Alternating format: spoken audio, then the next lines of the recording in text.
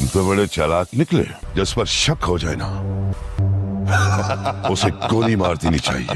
लाला कि वो उस पर बहुत भरोसा करता है। जब कोई बेवजह किसी से ये कहे ना, आपके कहने का मतलब ये तो नहीं कि तो असल में वो भरोसा नहीं करता। इस सब के पीछे मेरा हाथ था।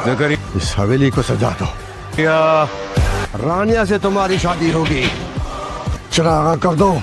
हमारे धंधे का एक बड़ा गंदा असूल है, बादशाह बनते नहीं हैं, बादशाह पैदा होते हैं। हमराही की नेक्स्ट एपिसोड में हम देखेंगे कि इल्हाम ने सिहान से शादी कर ली। सिहान इल्हाम से मोहब्बत तो करता था, लेकिन उसने उसे कभी कहा नहीं, क्योंकि वो जानता था कि इल्हाम सिहान के बाबा को अपनी बहन का कातिल समझती है। निशात बीर ने भी इल्हाम को कहा कि तुम जानती हो सिहान एलिफ से कितनी मोहब्बत करता था और वो बेकसूर है। अब तो उसका बाप भी नहीं रहा, बिल्कुल अकेला हो चुका है। तुम सिहान का हाथ थाम लो, उसे शादी कर लो। दूसरी तरफ ज़करिया कुत्ते की तरह सिहान से छुपता फिर रहा होता है, क्योंकि वो जानता है कि सिहान उसे ज़िंदा नहीं छोड़ेगा।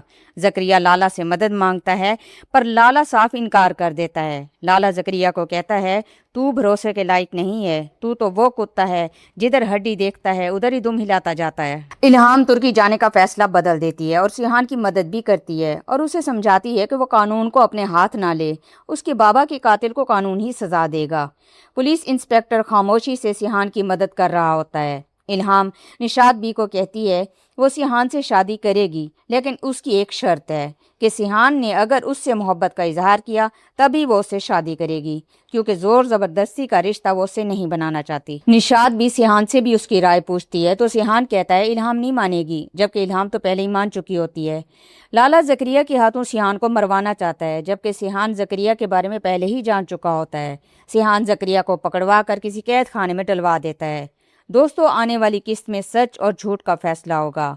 सिहान इल्हाम से अपनी मोहब्बत का इजहार करेगा और अपने बाप के कातलों को भी सजा दिलवाएगा। हमराही की आने वाली किस्त में जज्बाती सीन, ट्विस्ट और सस्पेंस देखने को मिलेगा। सबसे बड़ा सवाल तो ये है कि क्या सिहान और इल्हाम के दरमियान गलत फहमियाँ दूर हो जाएंगी और क्या दोनों की शादी हो जाएगी, या फिर कोई नया दुश्मन उनकी ज़िंदगी में और तूफान लेकर आएगा।